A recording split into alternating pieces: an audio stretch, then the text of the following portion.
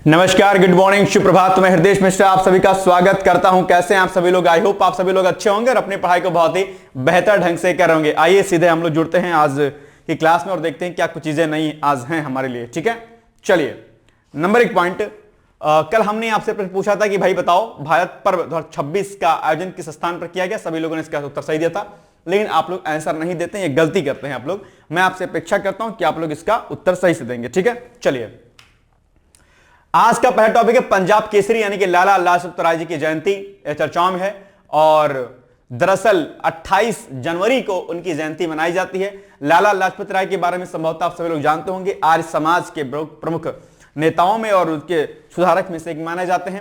स्वामी दयानंद सरस्वती के शिष्य थे और डीएवी कॉलेज की जो है क्या थे, ये अपने आप में जो है पढ़े लिखे थे। आप जानते होंगे कि जो डीएवी कॉलेज होता है, दयानंद एंग्लो वैदिक कॉलेज, जो कि आर्य समाज का होता है, तो जो भी आपके क्रांतिकारी हैं, ठीक है, उन क्रांतिकारियों का संबंध जो है डीएवी कॉलेज से रहा है, वो सभी आर्य समाजी रहे हैं। चाहे भगत सिंह रहे हो, चाहे राजगुरु रामप्रसाद बिस्मिल, अशफाक उल्लाह खां रहे हो, चाहे लाला लाजपत राय रहे हो। ठीक है, लाला लाजपत राय के बारे में कई प्रकार के प्रश्न आपके एग्जाम में पूछे जाते हैं। लाल बाल पाल, इनके बारे में प्रश्न पूछा जाता है। लाल बाल पाल कौन थे? अगर आपको पता है तो मुझे बताइएगा। देखिए ये प्रश्न बहुत बार पूछा गया है कि भाई लाल, ठीक है, लाल बाल और पाल ये कौन कौन से थे? इनमें दो नाम मैं बता देता हूं, आपको तीसरा नाम बताना है।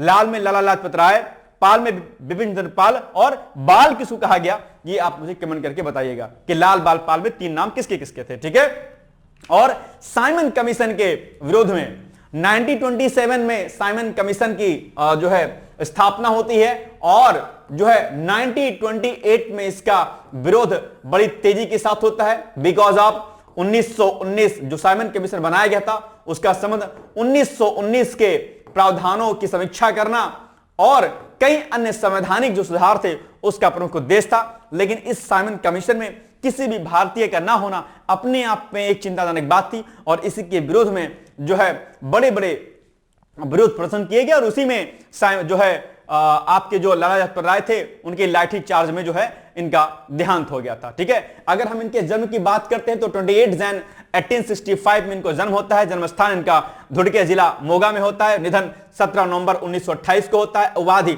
पंजाब केसरी की है और प्रसिद्ध नाम की बात करें तो लाल बाल पाल त्रयी के सदस्य होते हैं। लाला लाजपत राय, बाल गंगाधर तिलक और बिपिन चंद्र पाल के नाम से हम इनको जानते हैं। ठीक है, स्वतंत्रता आंदोलन में इनका बड़ा योगदान रहा। 1907 में उन्हें बिना मुकदमे के म्यांमार यानी कि तत्कालीन बर्मा में जो है उनको निर्वासित कर दिया गया। 1928 में साइमन कमीशन के विरोध का नेतृत्व करते हुए लाठी चार्ज में गंभीर रूप से घायल हो गए और अंततः जो है इनका देहांत हो गया। ठीक है, उनके प्रसिद्ध शब्द क्या थे कि मेरे शरीर पर पड़ी हर लाठी ब्रिटिश साम्राज्य के ताबूत में कील साबित होगी और उनकी राष्ट्रभूमि का जो कि प्रतीक है। और निश्चित तौर पर इन क्रांतिकारियों ने हमें जो है आजादी दिलाई।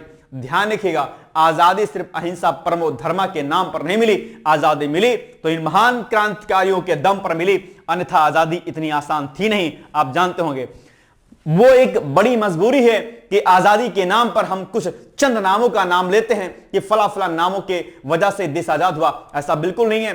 देश आजाद हुआ तो न जाने कितने क्रांतिकारियों की शहादत, उनकी फांसी और उनके कुर्बानी के फलस्वरूप हुआ। यह आजादी सिर्फ अहिंसा के नाम पर चलने पर नहीं हुई, यह ध्यान रखिएगा। लेकिन दिक्कत क्या होती, किसी के एक नाम, किसी एक व्यक्ति के विशेष के नाम पर इस देश को बरगलाया जाता है और हमारे यूथ के भीतर अहिंसा परमो धर्मा का इंजेक्शन डाला जाता है कि भाई बॉस अहिंसा परमो धर्मा। लेकिन नहीं, सिर्फ अहिंसा के दम पर आप इस देश को मजबूत नहीं कर सकते हैं। अहिंसा परमो धर्मा और धर्म हिंसा तथ्योचा की भावना अगर हमारे भीतर होती है तब जाकर के देश की आजादी मिली, अदरवाइज आजादी ऐसे मिली नहीं है। जब भगत सिंह, राजगुरु जैसे लोगों ने बलिदान दिया, लाला लाजपत राय जैसे लोगों ने बलिदान दिया, न जाने कितने जो है लोगों ने, कितने वीर और वीरांगनाओं ने अपने प्राणों की आहुति दी, तब जाकर के देश आजाद हुआ।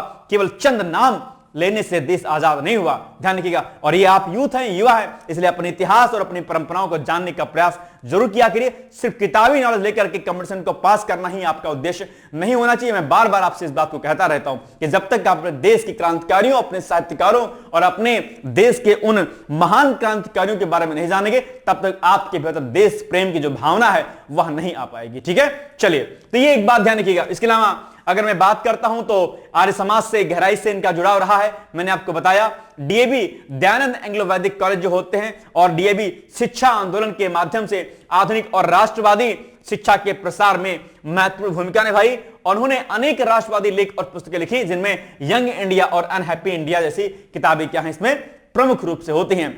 अच्छा, लाला लाजपत राय का संबंध पंजाब नेशनल बैंक से कैसे है, पीएनबी से कैसे है? अगर आप इसको बता पाए तो मुझे बताने का कष्ट कीजिएगा, मैंने बताया हुआ पहले, ठीक है। चलिए अब इसी पर प्रश्न आपके सामने आ जाएगा। आपने भीतर ना थोड़ा सा जोश और जज्बे को बरकरार रखा करो, एकदम अपंग जैसे जीवन मत जिया करो। देश के प्रति, राष्ट्र के प्रति, समाज के प्रति आपकी कुछ प्रतिबद्धताएं होती हैं। सिर्फ आरओ बन जाना, आईएएस पीएस बन जाना ये आपके लिए कोई इंपॉर्टेंट चीज नहीं है, ध्यान रखिएगा, ठीक है ना बॉस। नहीं तो समाज आपको कभी माफ नहीं करेगा कि किसी के काम जो आए उसे इंसान कहते हैं, पराया दर्द जो अपनाए उसे इंसान कहते हैं, है ना। इस भावना के साथ आगे बढ़िएगा। चलिए, लाला लाजपत राय को किस आंदोलन के विरोध में लाठीचार्ज में चोट लगी थी? भारत छोड़ो आंदोलन में, असहयोग आंदोलन में, साइमन कमीशन के विरोध में, या फिर सविनय अवज्ञा आंदोलन के विरोध में? तो इसका उत्तर हो जाएगा आपका सी वाला आंसर, यानी कि साइमन कमीशन का विरोध। सी इज द राइट आंसर, ठीक है। चलिए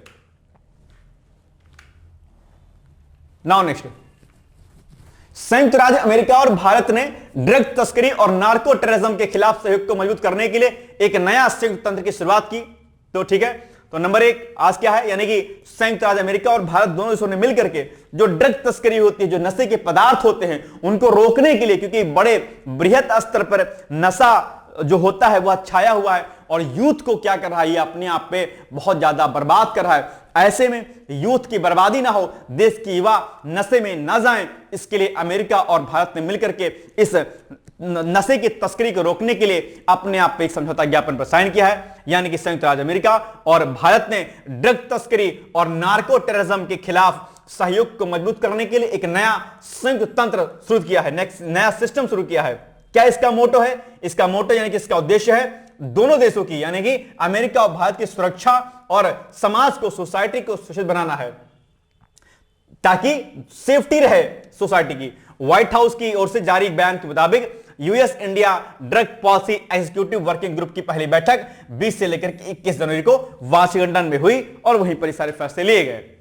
इस बैठक की शुरुआत में जो है कई सारे पॉइंट रखे गए और अमेरिका और भारत ने अवैध नशीले पदार्थों और उन्हें बनाने वाले रसायनों के उत्पादन व तस्करी को खत्म करने के लिए मिलकर प्रयास तेज करने पर सहमति जताई है।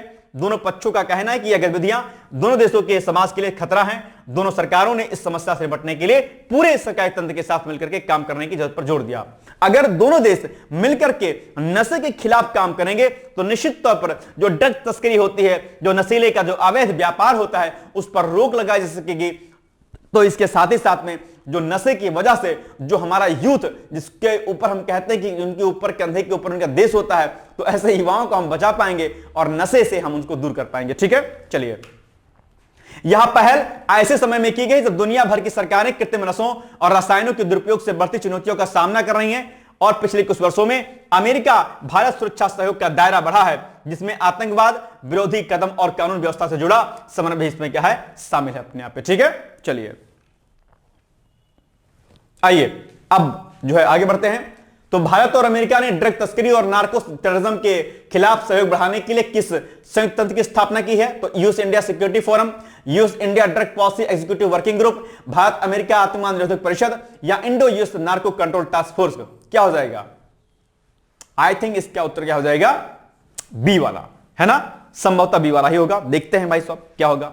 बिल्कुल सही बात है, B is the right answer. Now next, Bharat में रूस दूतावास के उप मिशन प्रमुख रोमन बाबशिकन ने संसद के दोनों सदनों के संयुक्त सत्र में राष्ट्रपति के अभिभाषण में क्या हुआ है, क्या हुए हैं, वो शामिल हुए हैं और इनके साथ साथ में कई अन्य देशों के राजनयिकों ने भी इसमें पार्टिसिपेट किया है, तो भी चर्चाओं में है। यानी कि भारत में रूस दूतावास के उप मिशन प्रमुख रोमन बाबस्कन ने संसद के दोनों सदनों के संयुक्त सत्र में राष्ट्रपति के अभिभाषण में शामिल होकर के प्रसन्नता व्यक्त की है। उनके अनुसार भारतीय संसदीय व्यवस्था की उपलब्धियां देश को मजबूती के विकास को दर्शाती हैं।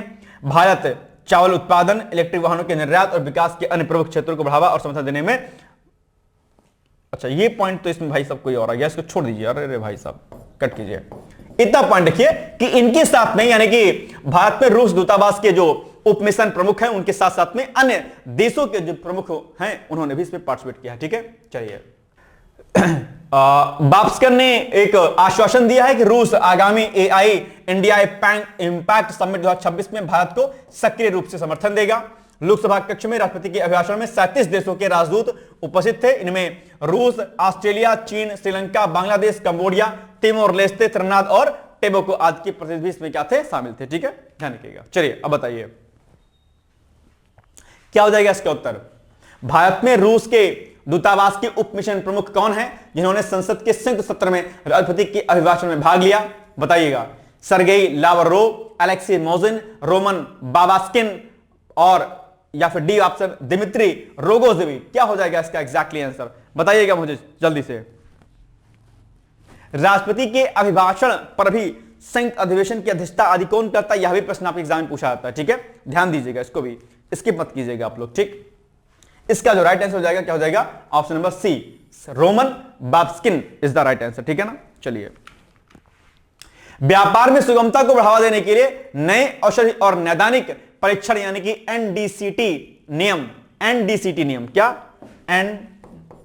एनडीसीटी, ठीक है, नेशनल ड्रग क्लिनिकल ट्रायल, ठीक है, एनडीसीटी इसको बोलते हैं, नेशनल ड्रग क्लिनिकल ट्रायल नियम 2019 में महत्वपूर्ण संशोधन किया गया है। आप जानते होंगे कि कई प्रकार की जो दवाएं होती हैं उनके परीक्षण आदि में एक लंबा समय लगता है और ऐसे में दिक्कतें आती हैं। ऐसे में यह एक नया संशोधन किया गया है जिसमें कई बार क्या होता है कि विदेशों में जिन दवाओं पर क्लिनिकल ट्रायल हो चुका होता है, फिर बाद में जब भारत आते हैं तो फिर से उनका क्लिनिकल ट्रायल किया जाता है। ऐसे में दवाओं की पहुंच जो है आम व्यक्तियों तक नहीं हो पाती है, लेट लगता है और दिक्कतें होती हैं। ऐसे में अब जो है नए रूल इसमें जो है अडॉप्ट किए गए हैं, यानी कि अगर विदेशों में किसी भी मेडिसिन पर अगर क्लिनिकल ट्रायल हो चुका है तो फिर भारत में उस पर पुनः परीक्षण नहीं किया जाएगा। क्लिनिकल ट्रायल क्या होता है बॉस? क्लिनिकल ट्रायल बेसिकली क्या होता है, आदमियों यानी कि व्यक्तियों और जानवरों पर किया जाने वाला एक प्रकार का दवा का परीक्षण होता है। यानी कि जब भी कोई नई मेडिसिन बनाई जाती है तो वह इंसानों और जानवरों पर प्रयोगात्मक रूप से की जाती है कि भाई देखा जाता है कि क्या उस मेडिसिन का, उस दवा का कोई साइड इफेक्ट तो नहीं होता है, इससे बीमारी सही होती है कि भी नहीं होती है। हालांकि क्लिनिकल ट्रायल में कई बार एक प्रयोग के माध्यम से कई बार इंसान की मौत भी हो जाती है। कई बार कई सारे हॉस्पिटल्स इसमें जो है पकड़े गए हैं कि इन्होंने क्लिनिकल ट्रायल को छुपके से किया है। मेडिसिन बनाई गई, किसी फार्मा कंपनी ने मेडिसिन को बनाया और उसके माध्यम से वह मरीजों को उन पर चेक किया गया, उनकी मृत्यु हो गई, लेकिन डॉक्टर कह देंगे हाँ तो फला बीमारी से ऐसे मृत्यु हो गई। यह भारत में बहुत बड़ी समस्या है। क्लिनिकल ट्रायल चुपके से किया जाता है, नई दवाओं का प्रयोग मरीजों पर किया जाता है, कई बार मरीज इससे एक्सपायर हो जाते हैं। हालांकि यह आज इस टॉपिक का मुद्दा नहीं है। इस टॉपिक का मुद्दा आज यह है कि क्लिनिकल ट्रायल की प्रोसेस को आसान किया गया, इतना आज का टॉपिक है, ताकि दवाइयां आसानी से लोगों तक पहुंच सके। लेकिन इस क्लिनिकल ट्रायल के आड़ में हम नए शोध करते हैं मरीजों पर और कई बार मरीज जो है क्या होते हैं, एक्सपायर कर जाते हैं। तो ये एक बड़ी विडंबना है अपने आप में। क्लिनिकल ट्रायल को लेकर के सुप्रीम कोर्ट, हाई कोर्ट में भी कई प्रकार की पीएल पड़ी रहती है, उस पर जो है वाद विवाद चलता रहता है। ठीक है, तो वही सारी बातें यहां पर लिखी गई हैं। स्वास्थ्य और परिवार कल्याण मंत्रालय के अनुसार इनका उद्देश्य नियामक प्रक्रियाओं को सरल बनाना, अनुमोदन की समय सीमा को कम करना और देश में नैदानिक अनुसंधान और औषधि विकास को गति प्रदान करना है, ताकि मेडिसिन का जो फॉर्मेशन होता है वो जल्दी हो और अलग अलग लोगों तक दवाइयां पहुंच सके अपने आप पे, है ना। मंत्रालय के अनुसार संशोधन के माध्यम से गैर व्यावसायिक उत्पादन के लिए लाइसेंस की आवश्यकता को पूर्व सूचना प्रणाली से प्रतिस्थापित किया गया है। इस सुधार से क्या होगा, दवा के निर्माण में लगने वाला समय 90 दिन की बचत होने की उम्मीद है, जिससे फार्मास्यूटिकल अनुसंधान और नवाचार को बढ़ावा मिलेगा। इन संशोधनों को लागू करने के लिए नेशनल सिंगल विंडो सिस्टम और सुगम पोर्टल पर ऑनलाइन मॉड्यूल उपलब्ध कराए जाएंगे, ताकि मेडिसिन का फॉर्मेशन जल्दी हो सके और मेडिसिन हर व्यक्ति तक पहुंच सके अपने आप पे। ठीक है, चलिए अब बताइए आप लोग इसका उत्तर क्या हो जाएगा। सरकार ने नियामक बोझ कम करने और व्यापार में सुगमता को बढ़ावा देने के लिए, सुगमता मतलब इजीली चीजों को बढ़ावा देने के लिए किन नियमों में संशोधन अधिसूचित किया है? ड्रग्स एंड कॉस्मेटिक नियम 1945, फार्मास्यूटिकल नीति 2012, नए औषधि और नैदानिक परीक्षण एनडीसीटी नियम 2019 या फिर मेडिकल डिवाइस नियम। क्या हो जाएगा बताओ भाई। अभी हमने बताया आपको, कोई बहुत टफ नहीं है इसका आंसर कि आप ना बता पाए। I think C is the right answer, एनडीसीटी।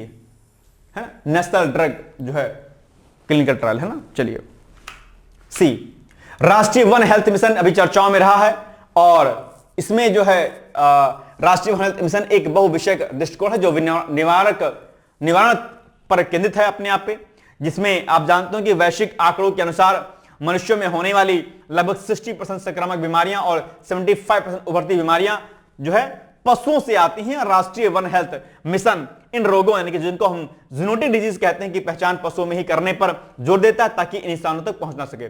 यानी कि अगर हमने कुछ बीमारियां ऐसी होती हैं जो जानवरों से मनुष्यों में फैलती हैं, क्या जानवर कोई हो गया और उन जानवरों से क्या हो जाएगा, मनुष्य में फैलेंगी, और इस प्रकार की बीमारी को हम क्या कहते हैं, जूनोटिक डिजीज कहते हैं। यानी कि वह बीमारियां जो जानवरों से मनुष्यों में फैलती हैं उनको हम जूनोटिक डिजीज कहते हैं। और इसमें जो है राष्ट्रीय वन हेल्थ मिशन है वो ये कहता है कि बॉस आप एक काम कीजिए कि ये जो बीमारियां होती हैं जिसमें निपाह आता है, बर्ड फ्लू आता है, इन बीमारियों को हम क्या करें, जानवरों के अंदर ही पहले पहचान लें और इनको यहीं पर खत्म कर लें ताकि जानवरों से मनुष्यों में फैलने का जो खतरा रहता है वो क्या हो, ना होने पाए।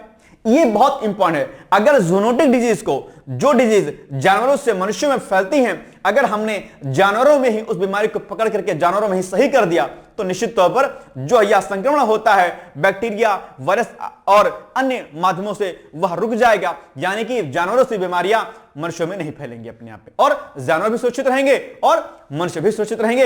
यही बातें यहां पर राष्ट्रीय वन हेल्थ मिशन के अंतर्गत आपसे कही जा रही हैं। राइट। चलिए निगरानी और डेटा की बात करें तो इसमें मिशन का लक्ष्य एक एकीकृत निगरानी तंत्र विकसित करना है जहां प्रयोगशालाओं का डेटा साझा किया सके।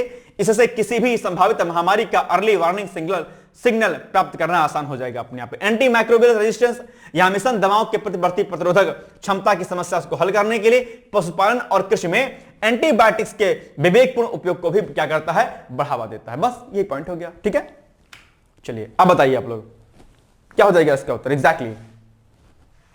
हाल ही में चर्चा में है राष्ट्रीय वन हेल्थ मिशन का प्राथमिक उद्देश्य क्या है। ए पॉइंट, केवल मनुष्यों के लिए नए अस्पतालों का निर्माण करना। बी, मानव, पशु और पर्यावरणीय स्वास्थ्य के बीच समन्वय स्थापित कर भविष्य की महामारियों को रोकना।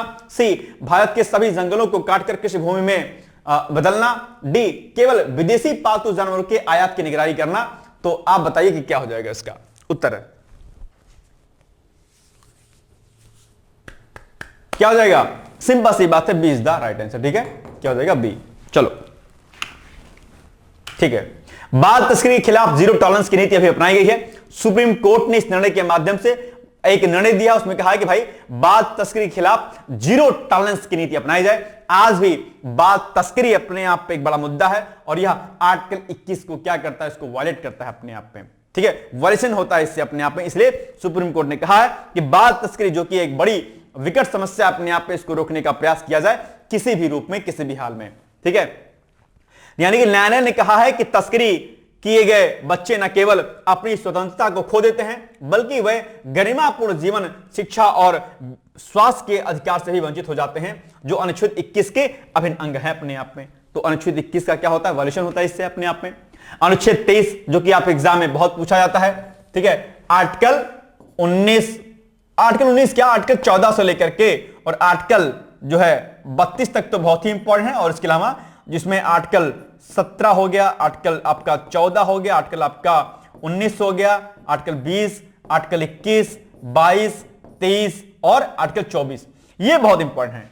ठीक है, in fact fundamental right, fundamental duty, ठीक है, माने इनकी मौलिक कर्तव्य, और डीपीएसपी यानी कि नीति निर्देशक तत्व से संबंधित जो भी आर्टिकल होते हैं वह अपने आप में क्या होते हैं, बहुत महत्वपूर्ण होते हैं। तो स्टार्टिंग के 3 चैप्टर है, इनके आर्टिकल्स को अच्छे से पढ़ लीजिएगा। ठीक है, जैसे आर्टिकल 32 हो गया, article 14, article 16, article 17, article 19, article 20, article 21, article 22, 23, 24, article 48, 47, 32।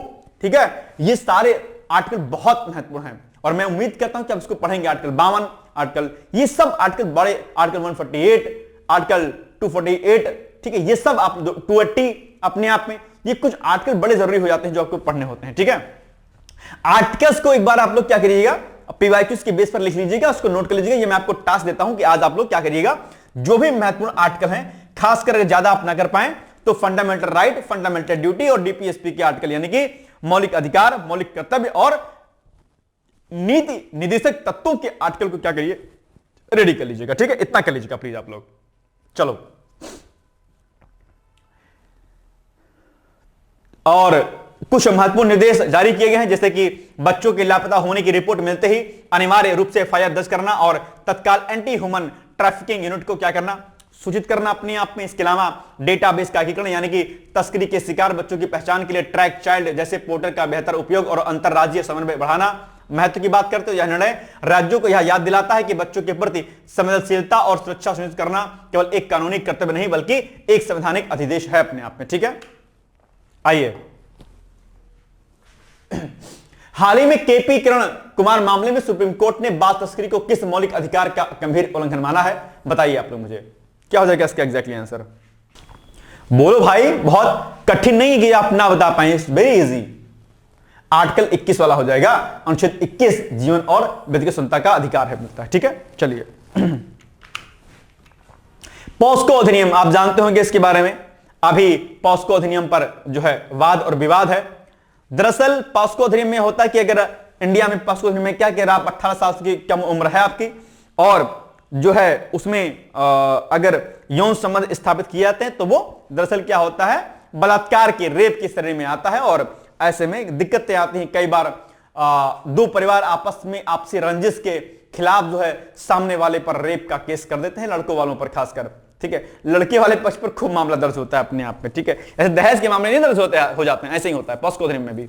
तो पॉस्को अधिनियम में दिक्कतें होती हैं। विदुषी की बात करते हैं तो वहां पे रूल यह है कि अगर दो किशोरों के बीच उम्र का अंतर कम, जैसे 2-3 वर्ष और संबंध आपसी सहमति से बनता है, तो उसे गंभीर यौन अपराध के बजाय कम सजा या परामर्श के दायरे में रखा जाता है। लेकिन भारत में ऐसा नहीं होता है। अगर आप भैया मामला अगर गड़बड़ है तो अगर एज आपकी वो नहीं है तो ऐसे में रेप केस के मामले आपके ऊपर दर्ज हो जाते हैं और कई बार जो है झूठे आरोपों के तहत पॉस्को अधिनियम का दुरुपयोग किया जाता है। जैसे दहेज प्रथा अधिनियम का दुरुपयोग खूब होता है। SC/ST एक्ट आप जानते होंगे, लगभग 98-99% केसेस जो है SC/ST केसेस झूठे साबित होते हैं। हम जानते हैं कि सुप्रीम कोर्ट ने इस पर कई बार अपनी टीका टिप्पणी की है। उसी की रेफरेंस में एक अभी नया एक रूल आ गया यूजीसी वाला। ठीक है, उसमें भी जो है अब इसको तो एक कहते हैं ना फूट डालो वाली रणनीति, उसमें क्या किया गया। हालांकि यूजीसी पर मैंने एक आर्टिकल नहीं करा है, इस पर हम लोग किस दिन चर्चा करेंगे आपसे कि यूजीसी क्या है और किस प्रकार से सही है, गलत है, क्या है, इस पर चर्चा होगी। निश्चित तौर पर SC/ST भाइयों के साथ में कई प्रकार प्रताड़नाएं होती हैं, कई प्रकार से उनके साथ मतभेद होता है निश्चित तौर पर। लेकिन इसके चक्कर में किसी खास संवर्ग का भी नुकसान ना हो, यह भी सरकार को देखना पड़ेगा। कई बार सरकार जो है प्रयोगात्मक गतिविधियां करती, प्रयोग करती, देखती कि इसको कितना पिंच हो रहा है ना। यूजीसी अपने आप में प्रयोगात्मक एक जो है रूल लाया गया, मुझे लगता है कि प्रयोग करके देखा गया भाई ये। हालांकि यूजीसी पर जब मैं आर्टिकल कराऊंगा तो उस पर हम लोग बातचीत करेंगे। अगर आप लोग कहेंगे तो मैं यूजीसी पर एक अच्छा आर्टिकल, दोनों में तुलनात्मक रूप से कितना सही कितना गलत है, समाज पर इसका क्या इंपैक्ट पड़ेगा, उस पर मैं एक अच्छा आर्टिकल करा दूंगा। अभी कुछ बोलना मेरे लिए सही नहीं, क्योंकि जब तक मैं पूरी बात बोलूंगा नहीं तब तक आप समझ पाएंगे नहीं, और समझ पाएंगे नहीं तो फिर आप मेरे ऊपर क्वेश्चन मार्क लगा देंगे, सर हृदय सर ने सर ऐसा कह दिया था।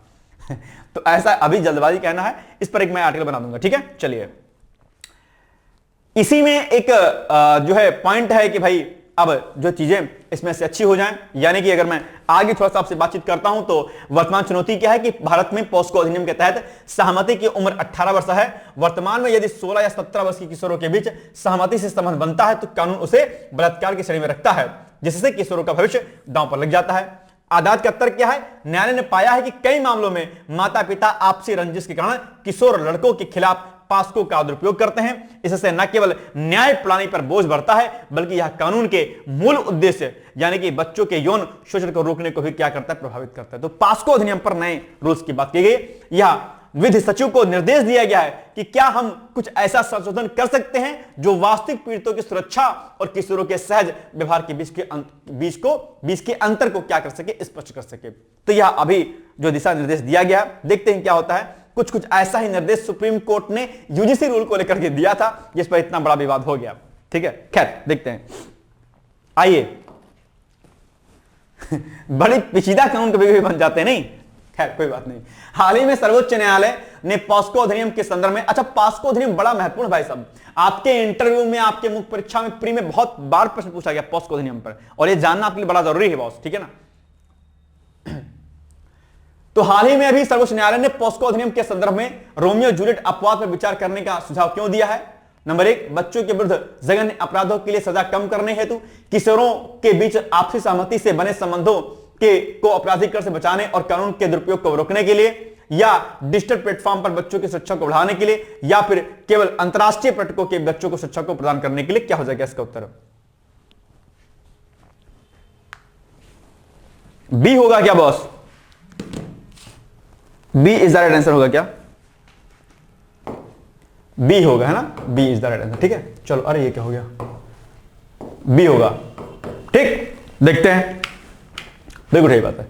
अभी चैथम द्वीप जो है अभी चर्चाओं में है, क्योंकि इसके आसपास जो है फाइटोप्लैंक्टन्स ब्लूम जो देखे गए हैं। फाइटोप्लैंक्टन ब्लूम कह सकते हैं आप एक तरीके से। और फाइटोप्लैंक्टन के आप जानते होंगे छोटे सूक्ष्म पौधे होते हैं जो अपने आप में समुद्र में पाए जाते हैं और ऑक्सीजन की कंसंट्रेशन को बढ़ाने में अपनी महत्वपूर्ण भूमिका को अदा करते हैं। तो ये जो चैथम द्वीप है, ये दरअसल इसकी भौगोलिक स्थिति की बात करें अपने आप में, तो चैथम द्वीप समूह न्यूजीलैंड के मुख्य द्वीपों से लगभग 800 किलोमीटर पूर्व में स्थित है, जहां दक्षिणी महासागरीय धाराएं और उपोष्णकटिबंधीय धाराएं आपस में मिलती हैं, जिसे चैथम राइज भी कहा जाता है अपने आप में। तो यह चैथम जो द्वीप है क्या है, अपने आप में चर्चाओं में है, और ये आप इसको जानते होंगे। तो ये एक अच्छी बात है अपने आप में। ठीक है, चैथम आइसलैंड न्यूजीलैंड में है अपने आप में। ठीक है, ध्यान रखिएगा। फाइटोप्लैंक्टन क्या होते हैं? ये सूक्ष्म समुद्री पौधे होते हैं। एक होता है फाइटोप्लैंक्टन और एक होता है जूप्लैंक्टन। फाइटोप्लैंक्टन यानी कि जो छोटे सूक्ष्म पौधे होते हैं उनको फाइटोप्लैंक्टन कहते हैं। जूप्लैंक्टन जो छोटे सूक्ष्म जीव होते हैं जो समुद्र में पाए जाते हैं उनको जूप्लैंक्टन कहते हैं। फाइटोप्लैंक्टन अपने आप में ऑक्सीजन की कंसंट्रेशन को बढ़ाने वाले होते हैं अपने आप में, और ये इसका बड़ा फायदा जो है अपने आप में होता है। फाइटोप्लैंक्टन का इस्तेमाल हम कई प्रकार की औषधियों से लेकर के अलग अलग प्रयोग में भी इसका हम उपयोग करते हैं। यानी कि यह सूक्ष्म समुद्री पौधे होते हैं जो समुद्री खाद्य श्रृंखला का आधार बनाते हैं। जब इन्हें पर्याप्त सूर्य का प्रकाश और पोषक तत्व जैसे नाइट्रेट और फास्फेट मिलते हैं तो ये तेजी से बढ़ते हैं, जिसे ब्लूम कहा जाता है अपने आप में। अवेलिंग क्या होता है? इस क्षेत्र में ठंडी और पोषक तत्वों से भरपूर गहरी समुद्री धाराएं सतह पर आती हैं। यही पोषक तत्व फाइटोप्लैंक्टन के लिए क्या होते हैं? खाद्य का काम करते हैं अपने आप में। ठीक है, तो फाइटोप्लैंक्टन अगर समुद्र में अच्छे हैं तो निश्चित तौर पर इससे एक बड़ा फायदा होता है। ठीक है, ध्यान रखिएगा। क्या इसकी इंपॉर्टेंस होती है? कार्बन सिंक, यानी कि फाइटोप्लैंक्टन दुनिया की लगभग 50% ऑक्सीजन का उत्पादन करते हैं और भारी मात्रा में कार्बन डाइऑक्साइड का क्या करते हैं? सोखते हैं अपने आप में। ठीक है, दूसरा फायदा जैव विविधता, यानी कि यह ब्लूम व्हेल मछलियों और समुद्री मछलियों बच्चियों के लिए एक बड़ा भोजन का भंडार भी बनाते हैं। उपग्रह निगरानी, यानी कि नोवा 20 उपग्रह का एक VIIRS यानी कि visual infrared imaging radiometer suite sensor प्रकाश के परावर्तन को मापता है। क्लोरोफिल की अधिकता के कारण पानी का रंग बदल जाता है, जिसे यह सेंसर आसानी से पकड़ लेता है अपने आप पे। तो ये कई प्रकार की चीजें इसमें लिखी गई हैं। अब आप बताइए, अब इसमें क्या इसका उत्तर होगा? आप मुझे बताओ, पढ़ के खुद बताओ कि इसका एग्जैक्टली आंसर क्या हो जाएगा। बताओ, गलती नहीं करनी है बॉस, आपको बताना कि एग्जैक्टली इसका उत्तर क्या हो जाएगा। बताओ भाई, पढ़ो फिर बताओ। चलो थोड़ा सा एफर्ट लगाओ अपनी तरफ से, है ना। क्या हो जाएगा, क्या हो जाएगा इसका एग्जैक्टली आंसर? बताओ भाई। 1 2 3 4 D is the right answer. ये होगा क्या? आई थिंक यही होना चाहिए, है ना।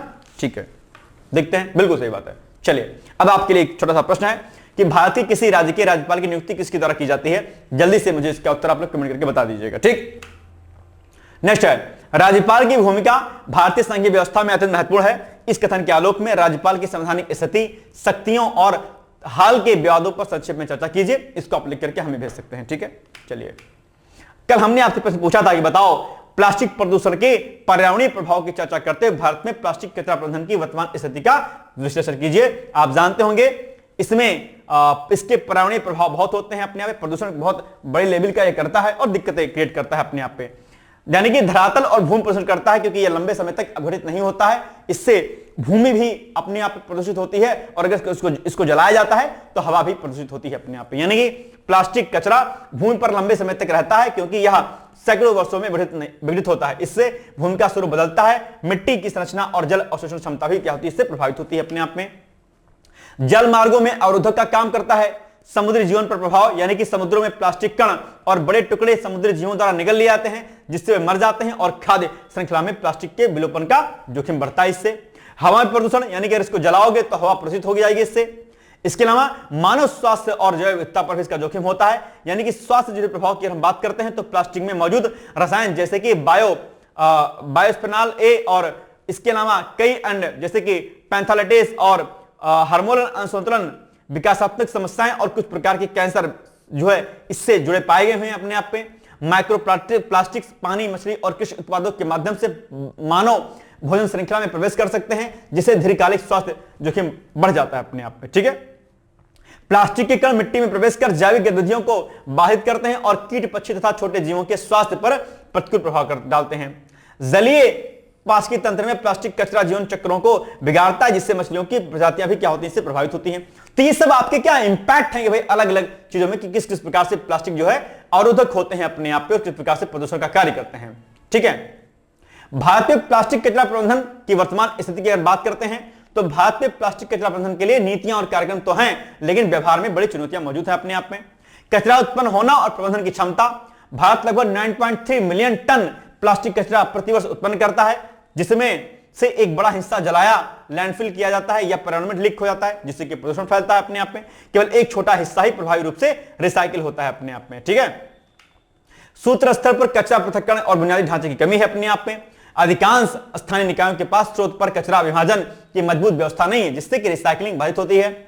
अच्छा, इसी मामले से रिलेटेड एक न्यूज अभी उत्तर प्रदेश में थी, मैंने कराया था।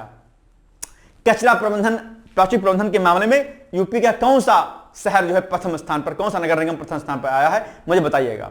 ठीक है, ये प्रश्न मैंने आपको कराया है आपको।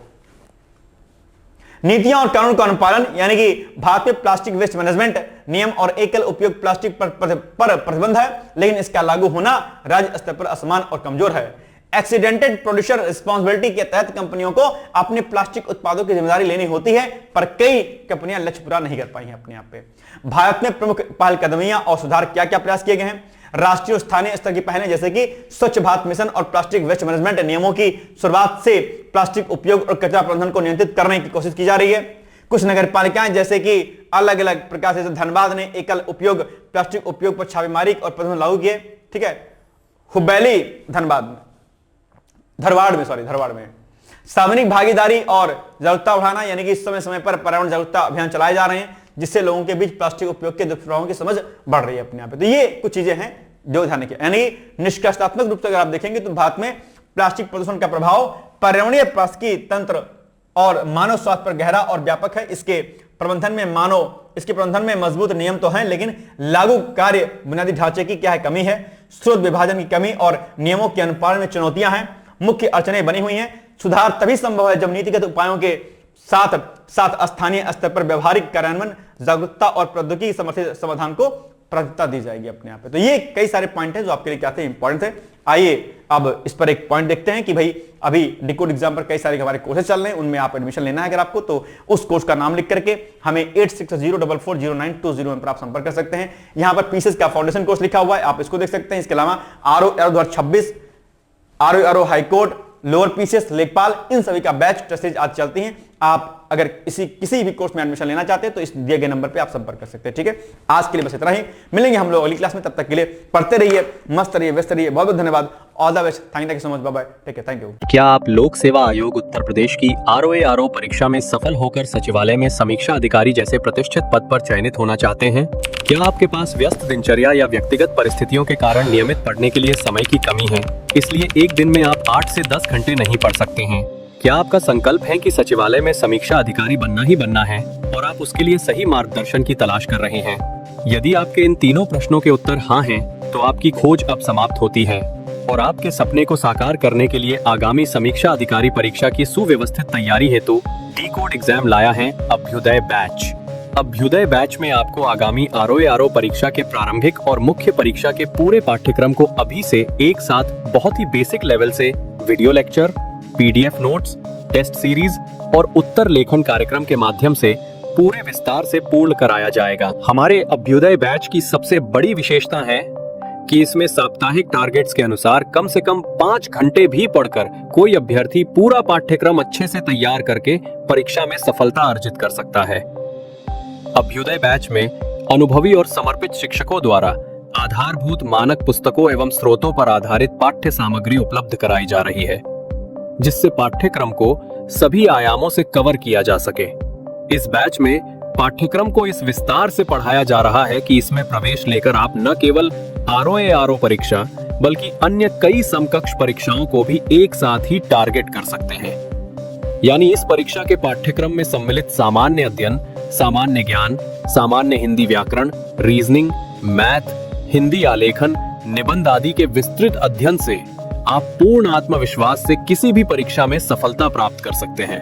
उत्तर प्रदेश की PCS प्रारंभिक परीक्षा में भी इस बैच को पढ़कर सफलता प्राप्त की जा सकती है। इस बैच में निर्धारित लक्ष्य के अनुसार एक सप्ताह में मात्र 18 से 20 वीडियो लेक्चर देखने होते हैं, जो आप प्रतिदिन 4 से 5 घंटे का समय निकालकर आसानी से पढ़कर तैयार कर सकते हैं।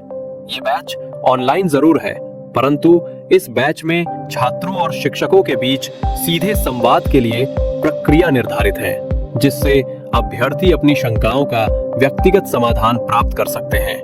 आपके संकल्प को सिद्धि तक पहुंचाना ही अभ्युदय बैच की आधारभूत संकल्पना है। हमारा ये आत्मविश्वास संस्थान के 5 वर्षों की कठिन साधना की परिणति है। डीकोड एग्जाम संस्थान अपने 5 वर्षों के सफर में ROA-RO परीक्षा में 45 से अधिक चयन सुनिश्चित करवाकर एक विश्वसनीय संस्थान के रूप में विख्यात है। इसलिए बिना किसी संशय के पूर्ण विश्वास के साथ आप भी हमसे जुड़कर अपनी सफलता का नया अध्याय लिख सकते हैं।